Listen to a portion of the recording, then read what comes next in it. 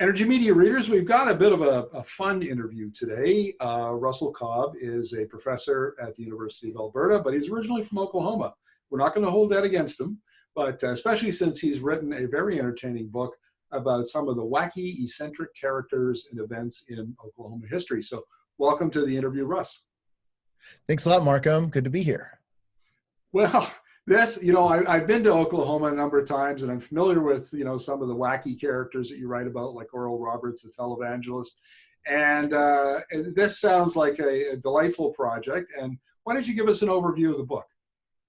Right. The book is called The Great Oklahoma Swindle, Race, Religion, and Lies in America's Weirdest State. And people often come to me and say, how could you possibly call Oklahoma the weirdest state when you have Florida?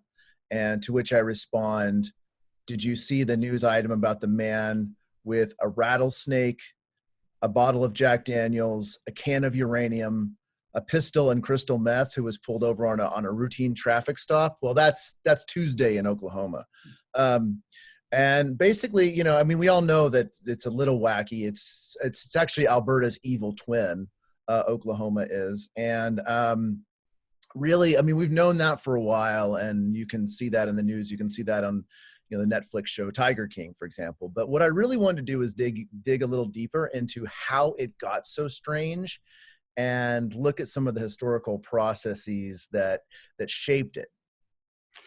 Yeah, and one of the stories that I didn't know, but I recognize, the Oklahoma Sooners, a very famous university football team. So I remember that from childhood growing up, but I didn't know the story behind the Sooners and the Boomers. So why don't you tell us that story? Right. So like you said, if you go to a football game at Oklahoma and the University of Oklahoma, you'll hear 100,000 people yelling at the top of their lungs, Boomer, Sooner. And I grew up yelling that. But we just thought, the Boomers and the Sooners are the heroes of the state. They were the settlers who founded it out of the Wild West. And I really didn't learn the true story until recently, which was that the Boomers actually were illegal land pirates who came into a land that was granted by the federal government after, this euphemistically termed Indian removal, which was when all of the tribes in the Southeast were sent to Oklahoma. And the Boomers saw that there was still land there. And so they invaded. They were essentially illegal aliens who came in and squatted and tried to set up homesteads, and actually ended up in a lot of fights, skirmishes with federal troops. Now that it's funny because the idea of federal troops coming and firing on or getting into skirmishes with Western settlers, that's not something we always think of. The old Audie Murphy type movies, the cowboys and Indians and the cavalry coming in. But the idea of the cavalry getting into skirmishes with the settlers is not part of the trope, right? It's not. That's really interesting. I thought they were all kind of part and parcel of the same thing, but no, the Boomer movement was not at all. The Boomer movement was very much a lot of the things you hear about illegal aliens coming across the border now. You could apply that to the Boomers a little over 100 years ago. But I think it does account for the visceral anti-government nature that we still see in the political discourse in a place like Oklahoma. Maybe you could give us a little more insight into that, Russ, because, I've spent a lot of time in West Texas, which is kind of the evil twin of Oklahoma. Yeah. And, it's a wacky place, man. Right. And I imagine, so I can visualize a lot of stuff that's going on in Oklahoma. But this thing about government is something that's always mystified me about the Americans. I know the history of it, and right. I hear the intellectual explanation. But man, when you say visceral, that's exactly the hatred they have for government, and that's hard for a Canadian to get. It is, and I probably can't do it justice to it myself. I've always found it a little strange myself, but I think that there is this resentment or this feeling that the government is getting in the way of what is a divine right. you know, we can get into religion here in a little bit, but I think that's kind of going on in the background, is that the government is the agent of secularism, and someone, i.e. the Almighty, has bestowed the land and the riches underneath in oil upon these people. You have to look no further than, for example, the most infamous climate change denying senator, the senator from Oklahoma, James Inhofe, who talks about this in biblical terms, more unabashedly, that you know, oil is God's gift to man, and it is our right to do it. And so when the government comes in and tries to say, oh, well, you need to have certain regulations and we need to account for climate change and environmental destruction, they don't want to hear about it. Well, let's talk about religion, because your book tells the story of Oral Roberts, one of the televangelists who was really popular in the 80s. That's where I remember him from. And man, if there was a wacky dude, he and Jimmy Stewart and Jim Baker were, you know, their own little trinity. And so tell us about Oral Roberts. Yeah, Oral Roberts is just such an interesting guy. You know, he's just born into poverty in rural Oklahoma. He's part Choctaw native. And according to his life story, he came very close to dying of tuberculosis as a kid, and then received this vision of God, from God, and really, as far as I can tell, was really the first pastor to really see the advantage of television and the spectacle of religion as this sort of entertainment. And not just entertainment, but a possibility to make you rich. And so he had this saying, he said, you know, plant a seed and it will grow, meaning the seed being your money. You send him money and God will somehow make that seed grow into money for you.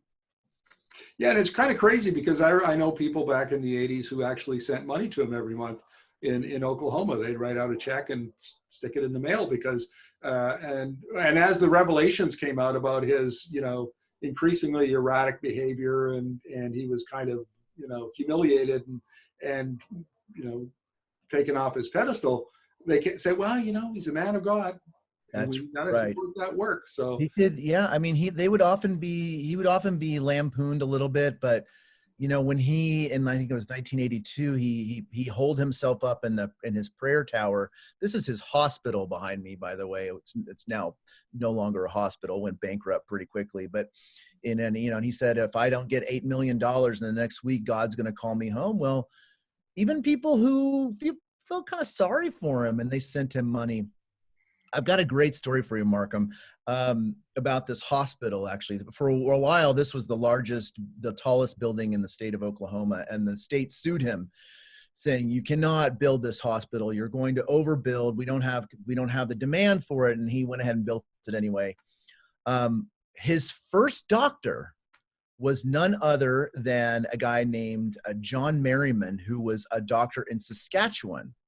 And Merriman was an interesting guy because he also was a Pentecostal, and there was no room for him. That was not acceptable to be applying the pseudo techniques of faith healing in Canada. And Oral Roberts told him he could come to Tulsa and have basically carte blanche to start an experiment of combining reality-based empirical Western medicine and faith healing. And he did that. Yeah. So that's, I'll bet he did. and for maybe 2 or 3 years, it looked like it was going to be a mecca for that kind of medicine. And he brought a lot of people from Africa and that sort of thing. But it was just such an incredible, you can see just from the size of this thing. And he also had this huge structure of hands in prayer, which was also the largest statue of hands on the planet. And it just ran out of money.